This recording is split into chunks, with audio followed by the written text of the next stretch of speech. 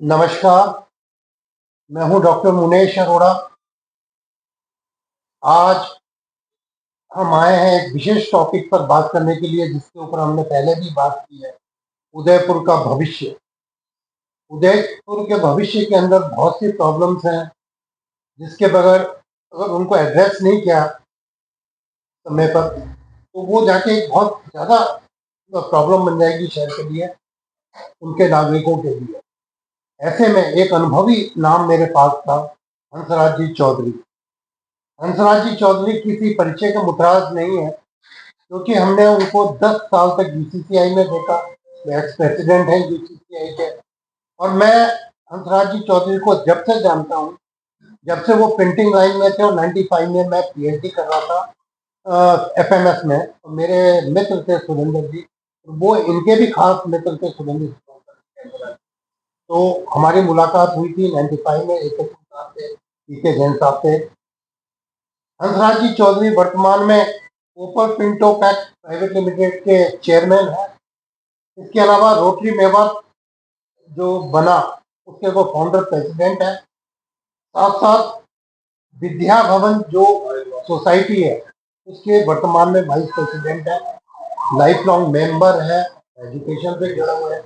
अभी विद्या भवन में भी बहुत से नए तरह के नवाचार हो रहे हैं, जिसके बारे में भी मैंने इनसे पहले बात की थी, प्रेस कॉन्फ्रेंस की थी वाइस प्रेसिडेंट उस समय पर भी। हंसराज जी, आपका हमारे चैनल पे स्वागत है। नमस्कार।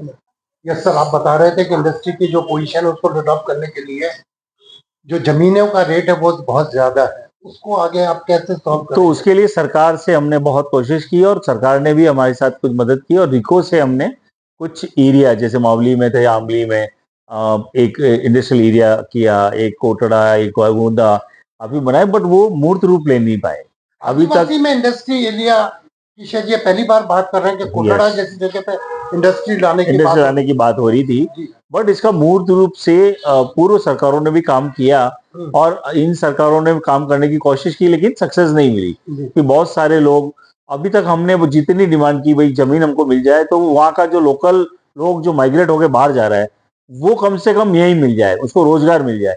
आज हमारे साथ समस्या है कि हमारे इंडस्ट्री लग गई, लेकिन अच्छा मैन पावर हमको मिल नहीं रहा है, और हमारा मैन पावर उदयपुर से, राजस्थान से बाहर जा रहा है। तो उसके लिए जरूरी है कि जमीनें आपकी एग्रीकल्चर लैंड पे, जिन्होंने पूर्व में ऐसे नोटिफिकेशन भी निकले सरकार के कि आप पेरा फेरी वाले जो एरिया है वहां पे आप इंडस्ट्री लगाइए, और विद इन 3 ईयर में अगर कन्वर्जन करवा दें और आप अपनी इंडस्ट्री का करवा सकते हैं, तो वो अच्छी स्कीम थी। लेकिन प्रॉब्लम ये हुआ कि मास्टर प्लान बदल गए, कुछ में मास्टर प्लान अन जगह चले गए और उसका कन्वर्जन नहीं हो रहा है। आज भी लोगों ने इंडस्ट्री लगा दी, लेकिन वो इंडस्ट्री की कन्वर्जन नहीं होने से क्या हुआ कि बैंक फाइनेंस नहीं कर पा रहे हैं। वो बैंक फाइनेंस नहीं कर पाएंगे तो बिना फाइनेंस के आज की पूंजी की रिक्वायरमेंट रहती है इंडस्ट्री में, वो इशू एक बहुत बड़ा एड्रेस करना पड़ेगा। तो सरकार को एड्रेस करना पड़ेगा। अभी रिको ने एड्रेस किया है कि उन्होंने सारे भू परिवर्तन निकाल दिए हैं कि भाई आप अब कॉमर्शियल भी कर सकते हो, इंडस्ट्री में तो कॉमर्शियल कर दें, और कॉमर्शियल है तो उसको रेजिडेंशियल भी कर सकते हैं। और कल जो एक नोटिफिकेशन आया है पत्रिका के अंदर, जो पढ़ने में आया कि ऐसे जगहों तक शहर के जो आवासीय क्षेत्र है उसमें बहुत सी चीजें नहीं रह सकेंगी। आवासीय क्षेत्र में किसी तरह की इंडस्ट्री नहीं रह सकेगी, उससे भी तो रिवर्ट असर पड़ेगा। हाँ, वही अभी जो कुछ पॉलिसीज तो इसलिए निकल गई है कि भाई पहले इंडस्ट्री लगी हुई थी पुरानी, अब आप उसको आज हटा नहीं सकते हो। आज इंडस्ट्री को वहां से हटा के दूसरी जगह माइग्रेट करने में बहुत दिक्कत है। आप नई नहीं लगा सकते हो, लेकिन पुरानी इंडस्ट्री को तो आपको सपोर्ट करना पड़ेगा। अदरवाइज तो पूर्व में अभी ये हुआ कि जब जब भी मिनरल पॉलिसीज बदली, तो हमारा मार्बल व्यवसाय, पूरा ग्रेनाइट व्यवसाय बंद हो गया और पूरा का पूरा शिफ्ट हो गया रादर देन किशनगढ़ की तरफ। और उदयपुर में जो मार्बल था, आज उदयपुर में बहुत कम हो गया, पूरी माइग्रेट हो गई। आप सारे सुखेर के जितने मेन रोड पे आप देखेंगे तो सब के सब कॉमर्शियलाइज हो गया, तो आज सब इंडस्ट्री उन्होंने वहां से माइग्रेट कर ली है। साथ ही मिनरल में इश्यूज आ गए, अरावली का इशू आ गया, तो सारी मिनरल इंडस्ट्रीज बंद हो गई। तो अल्टीमेटली उदयपुर में क्राइसिस बहुत आ गया है। तो उससे क्या हुआ कि हमारे जो रोजगार था, वो रोजगार में कमी आई है। आईटी सेक्टर काफी अच्छा बढ़ा, लेकिन अभी आईटी सेक्टर अमेरिका के इस आपके टैरिफ की वजह से काफी, हाँ, तो काफी इम्पैक्ट पड़ गया। तो काफी जो प्रोडक्शन था, जो कुछ इंडस्ट्री हमारी डिपेंड ही अमेरिका पे थी, तो उनका बहुत इश्यू हो गया। सारी आईटी इंडस्ट्री है वो आज की तारीख में डिपेंड है अमेरिका पे, उन पे हमारा कहीं ना कहीं आ गया है। सरकारें वार्तालाप चल रही है, बातचीत चल रही है, लेकिन मुझे नहीं लगता कि थोड़ा जल्दी इसको कब तक ये सॉल्व हो पाएगा। ये ऐसा नहीं है। तो ये अपने को उदयपुर में खास तौर से टूरिज्म के अलावा क्या है, तो टूरिज्म में क्या होता है कि वेडिंग हब बन गया, नो डाउट बहुत अच्छा बन गया, लेकिन बाहर से सारे लोग आते हैं। आज इवेंट वाला बाहर से आ रहा है, अपने सारे सामान बाहर से। हम चाहते हैं कि आप वेडिंग हब बनाओ, लेकिन यस ट्रांसपोर्टेशन भी अपना आपका खुद लेके आए, तो आप ये उदयपुर वासियों को क्या फायदा मिले, उस पर हमको बात करनी चाहिए कि भाई आप कहीं से भी करें तो आपको कम से कम उनको उदयपुर में सबलेटिंग मिले, उदयपुर में व्यवसाय बढ़े, उदयपुर का रोजगार बढ़े। इसकी तरफ तो अपने को देखना चाहिए। आपने बात की बहुत अच्छी कि उदयपुर ही एक ऐसा शहर है जहाँ 5 मेडिकल यूनिवर्सिटी, 4 मेडिकल यूनिवर्सिटी हमारे रीजन में है और मेडिकल हब बनने वाला है। तो मेडिकल हब बनने के लिए ये कह रहे हैं कि बाहर से, विदेशों से लोग आके यहाँ इलाज करा रहे हैं, क्योंकि हमारे यहाँ इलाज बहुत सस्ता है, लेकिन साथ में अच्छी फैसिलिटी नहीं है। दिल्ली और अहमदाबाद के बीच में एक उदयपुर ही ऐसा है जहाँ निवास सबसे सस्ता है और 5-5 मेडिकल कॉलेज है, बहुत अच्छा कॉलेज है और अच्छे डॉक्टर्स भी हैं। लेकिन यहाँ खाली समस्याएं क्या है, बहुत इशू ये है कि एक तो अहमदाबाद बहुत नजदीक है, तो आदमी क्या देखता है, जो ज्यादा पैसा खर्च कर सकता है वो इमीडिएटली अहमदाबाद की ओर माइग्रेट हो जाएगा। तो हम चाहते हैं कि उदयपुर में ही ये सारी फैसिलिटी मिले, उसके लिए हॉस्पिटल्स को भी मिलके सबको फैसिलिटीज देनी चाहिए। और थोड़ा सा अहमदाबाद से और दिल्ली के कंपैरिजन में हमारा इलाज थोड़ा सस्ता होना चाहिए, ताकि यहाँ लोग रह सके। मध्य प्रदेश तो पूरा लाइफलाइन यहाँ पे ही डिपेंड है आज की तारीख में, आदिवासी पूरा क्षेत्र हमारे साथ है, तो ये बन सकता है और उदयपुर में मेडिकल टूरिज्म पे बहुत अच्छा काम किया जा सकता है।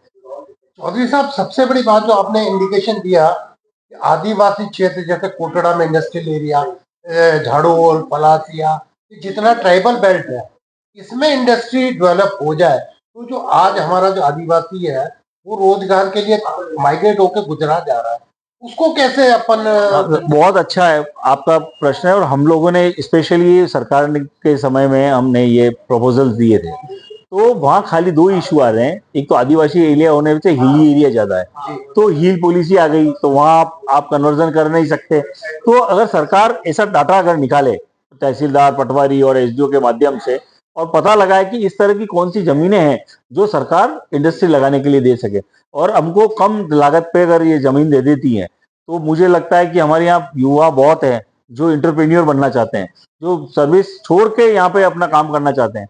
तो उनके लिए अगर सस्ती जमीन मिलती है तो 100% यहाँ पे बहुत बड़ा बेनिफिट मिलेगा।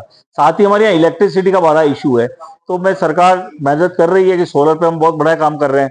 कुछ कुसुम योजना और काफी योजनाएं अभी आई है सोलर पे, तो उस पर भी हम अच्छा काम कर सकते हैं। हमारे को अगर अच्छी लैंड अगर अवेलेबल हो तो इन पे सोलर पे हम बहुत बढ़िया काम हो सकता है।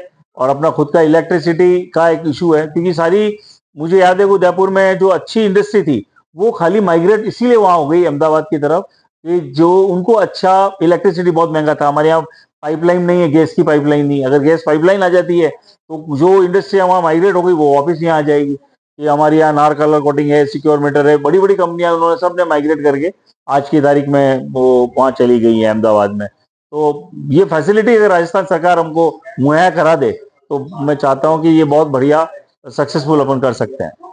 चौधरी साहब, जो वही मूल प्रश्न मैं वापस आना चाहूंगा, जो इंडस्ट्री हमारी गुल्ली इंडस्ट्रियल एरिया पूरा बंद होने के कागार पे आ गया है, ऑफिस स्टोन की मिल सारी जूटू ये जो टाइल्स आ गई हैं उसकी वजह से, मोरबी के वजह से सारा बंद हो रहा है।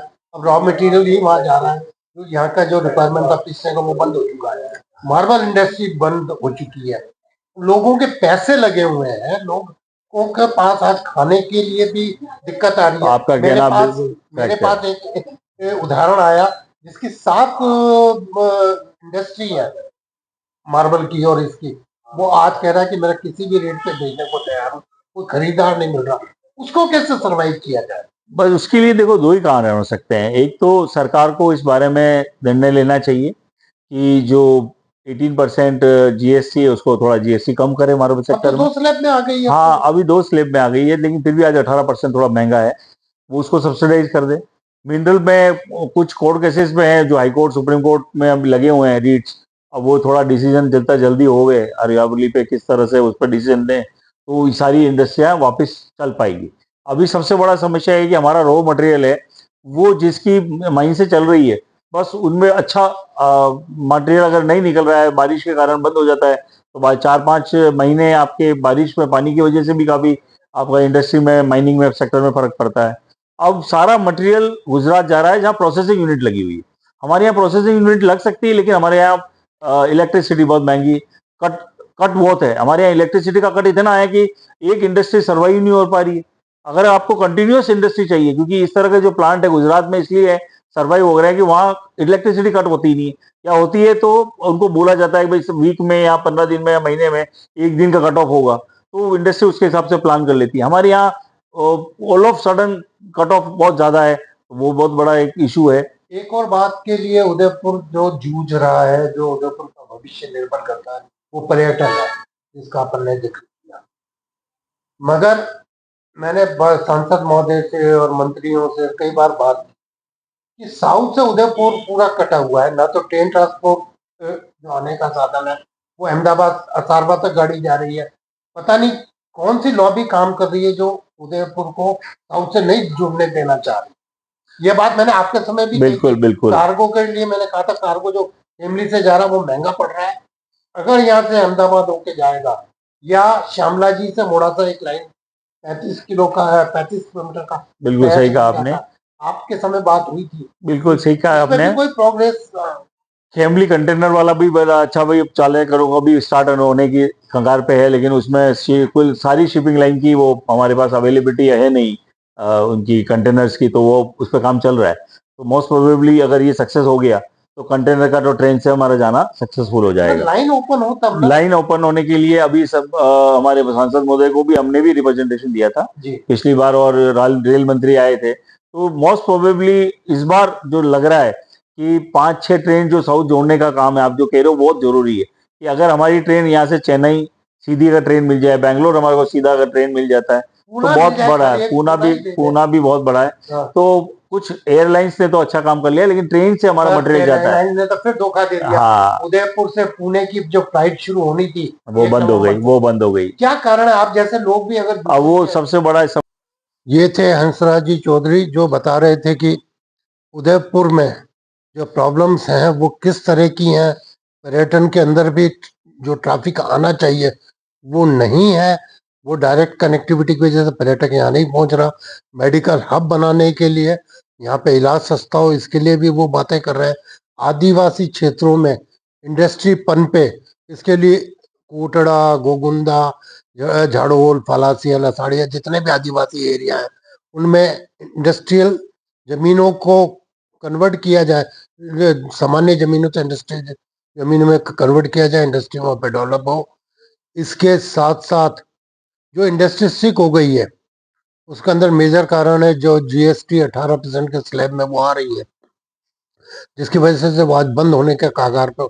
उनका जीएसटी कम किया जाए ताकि वो सरवाइव कर सकें। बिजली की उपलब्धता हो, ये सबसे जरूरी है इंडस्ट्री के लिए। और सबसे बड़ी बात जो उन्होंने कही वो ये थी कि सरकार इंडस्ट्री की जो बेसिक प्रॉब्लम है, क्योंकि कोई भी आदमी आज इतनी महंगी जमीनों पर इंडस्ट्री नहीं लगा सकता, इतनी महंगी उदयपुर में जमीनें हो गई हैं। इसके लिए वो भी उन्होंने बहुत फोकस किया और बात की। हंसराज जी को क्योंकि यूसीसीआई की मीटिंग में जाना था इसलिए आज वो ज्यादा समय नहीं दे सके, मगर एक बार फिर हम उनसे विद्या भवन के बारे में, Vidya Bhavan society, medical hub, medical college और जितनी प्रॉब्लम्स हैं उसको लेकर बात करेंगे। धन्यवाद, नमस्कार।